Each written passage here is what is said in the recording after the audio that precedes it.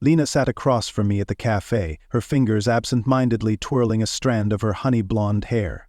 She always did that when she was trying to soften a blow, as if playing coy would make her words sting less.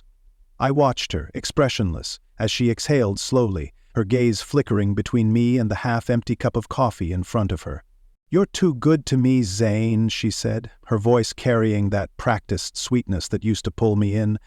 I just need some space." I didn't react. No frown, no sigh, no desperate plea to make her stay. I just let the words settle in the air between us, weighing them for what they were. A calculated test. She thought she was in control of the situation. She believed I would ask why, try to fix it, promise to be whatever she needed. She assumed I would wait.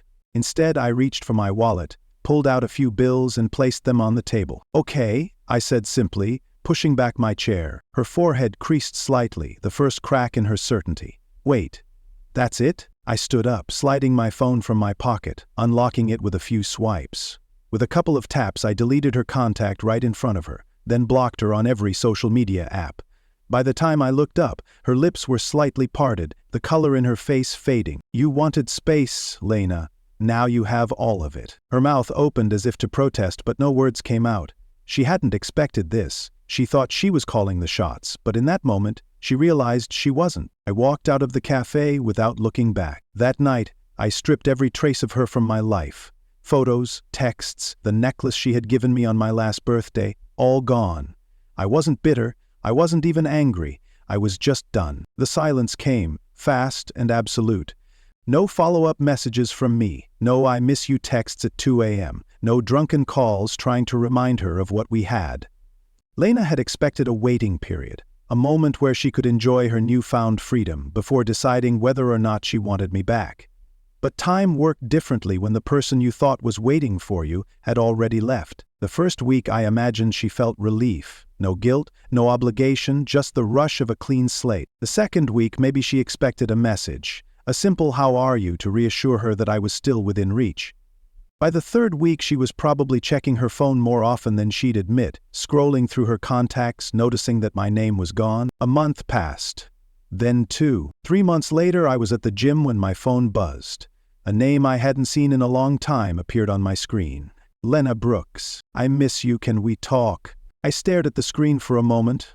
Then I smiled and deleted it. The moment I deleted Lena's message, I felt something shift inside me, something final. There was no hesitation, no second thoughts, just a quiet satisfaction that she had finally realized what I already knew. She had made a mistake. But I wasn't interested in correcting it for her. Instead of dwelling on her, I threw myself into everything I had neglected while I was busy being the too nice guy. I hit the gym harder than ever, pushing my limits, feeling my strength grow with each session. The soreness in my muscles reminded me that I was moving forward, that I was rebuilding not just my body but my mind. I started eating better, sleeping better, focusing on my career with a new sense of clarity. Promotions and opportunities that once seemed like distant goals were suddenly within reach, and I seized them without hesitation. I traveled too, something Lena had always said we'd do one day but never made time for. I booked a solo trip to Italy, wandered the streets of Rome, tasted authentic pasta in a tiny family-owned restaurant, and stood in awe before the Colosseum. It felt liberating to experience the world without waiting for someone else to decide when the time was right. For the first time in years, I wasn't living for someone else's schedule. I was living for me. Meanwhile, Lena's silence was deafening. I knew she had to be watching. The mutual friends we once shared had grown distant, but every now and then I'd catch wind of the whispers, little breadcrumbs of information about her life. She had gone on a few dates, but none of them lasted.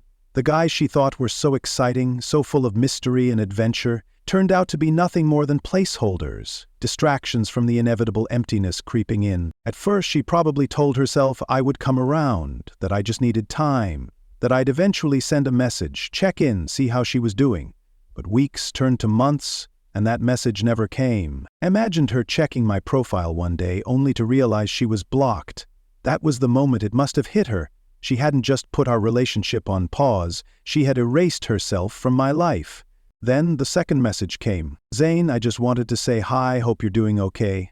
A weak attempt. A hesitant probe to see if the door was still cracked open. It wasn't. I deleted that one too. She wasn't used to silence. Lena thrived on attention, on knowing that someone, somewhere was thinking about her, and now, for the first time in her life, she had to sit with the consequences of her choices. It wasn't revenge, it wasn't cruelty, it was just reality, one she had written for herself, and I had no interest in rewriting it for her. Lena must have stared at her phone for hours after I ignored her second message, waiting, hoping, expecting some kind of reaction. Maybe she convinced herself I was just busy, that I would eventually respond. But as the days passed with nothing but silence, I knew the realization was beginning to settle in. This wasn't just a waiting game. This was the consequence of her own choices. I imagined her going through the usual mental gymnastics, trying to justify why I hadn't answered. At first, she might have told herself that I was playing hard to get, that I was trying to make a point. She probably even considered ignoring me right back, hoping I'd cave first. But the truth was I had no interest in playing games. I had already won simply by walking away and never looking back. The thing about people like Lena is that they always assume they have time. They think they can treat someone like an option, put them on a shelf and come back when it's convenient, but eventually reality hits. Hard. One night, while I was out at a rooftop bar with some friends, my phone buzzed again. Lena. This time the message was longer. Zane, I just wanted to say I've been thinking about you a lot. I don't know if you're still mad at me, but I really miss talking to you. Can we just catch up, please?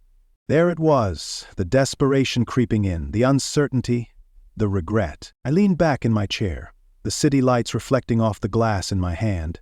It was almost laughable. She had expected me to be there, waiting for her, even after all this time, but life had gone on, and mine had only gotten better without her in it. I took a slow sip of my drink, enjoying the moment. Then, with a smirk, I did what I had done before. I deleted the message. By now, I was sure Lena was feeling the weight of what she had lost. Maybe she scrolled through our old photos, replaying memories in her mind, trying to remember exactly when she had decided I wasn't enough. Maybe she read through old conversations, searching for clues as to when I had changed. But the truth was simple. I hadn't changed. I had just finally realized my worth. Lena, on the other hand, had always assumed she could do better. And now she was coming to terms with the fact that better didn't exist. Some spaces should stay empty. Lena had always been the kind of person who believed she could press rewind on life. She thought that people, especially men, would always be there, waiting in the background, ready to welcome her back whenever she felt like returning. She had played this game before, disappearing when it suited her, only to reappear when the novelty of being alone wore off. But this time was different. I wasn't waiting. Her messages had gone unanswered, her presence erased from my life entirely. The realization must have been settling deep into her bones now.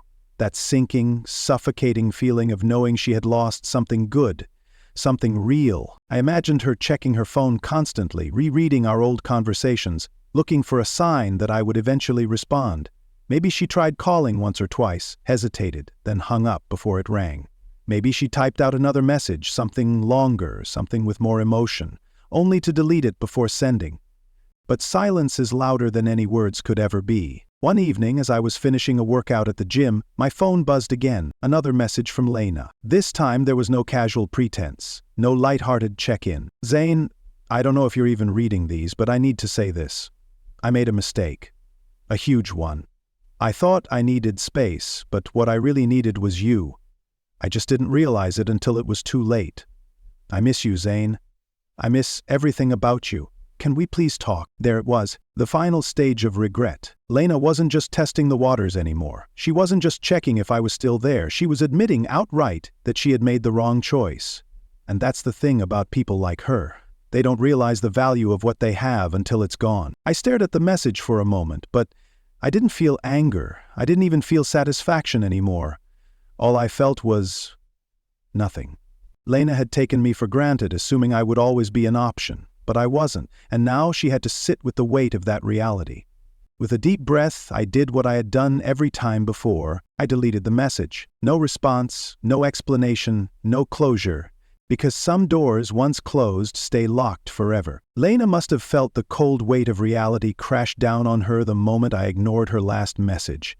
This wasn't just silence anymore. It was a statement, a final, irreversible consequence of her actions. She had taken me for granted, assumed I would always be there, that I would always respond no matter how much time had passed, But she was learning, the hard way, that some doors don't just close, they lock. Maybe she sat on her bed that night, staring at the empty chat screen, willing a reply to appear. Maybe she typed another message, her fingers trembling as she hesitated to press send. Maybe she scrolled through my old pictures, seeing me happy, thriving, living my best life without her. And maybe, just maybe, she cried. For months, Lena had believed she had time. She had believed I would be just one message away, waiting to forgive, to fall back into old patterns. But now she was starting to realize that she had not only lost me, she had lost the version of me who had once cared. I imagined the thoughts racing through her mind, the regret, the frustration, the slow-burning understanding that she had made a mistake she couldn't undo, that the power she once held over me was gone. And then, one night, she finally cracked. My phone buzzed, but this time it wasn't another text. It was a call. Lena Brooks. She was really trying now? A message could be ignored? Deleted? A call? That was desperation. That was her last attempt to break through the silence, to hear my voice, to plead for another chance.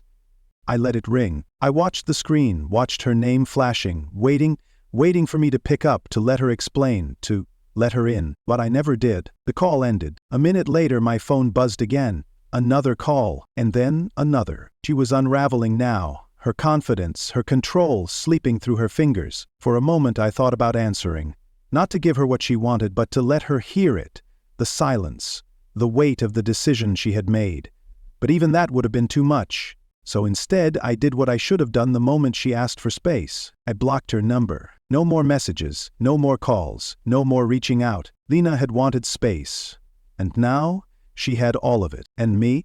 I was free. I wasn't angry anymore. I wasn't even thinking about her. I was too busy living the life she had been foolish enough to walk away from.